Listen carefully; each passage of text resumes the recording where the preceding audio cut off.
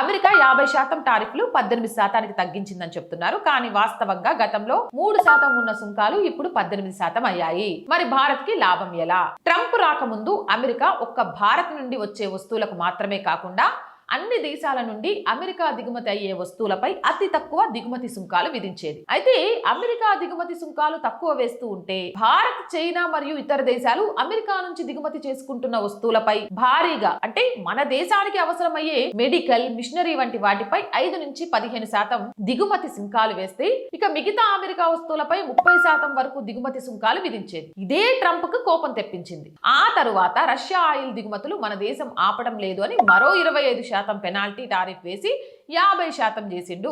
ఇప్పుడు ఆ 50% Russia penalty 25% పోగా మిగిలిన 25% నుంచి 18% తగ్గించిండు. అంటే అమెరికా వైపు నుంచి చూస్తే గతంలో 3% ఉన్నది ఇప్పుడు 18% అయిందని విమర్శ. చైనా మీద 30 నుంచి 35%, Vietnam, Bangladesh, Pak, Indonesia, Malaysia, Thailand, Cambodia వంటి దేశాలపై 20%, 19% టారిఫ్లున్నాయి.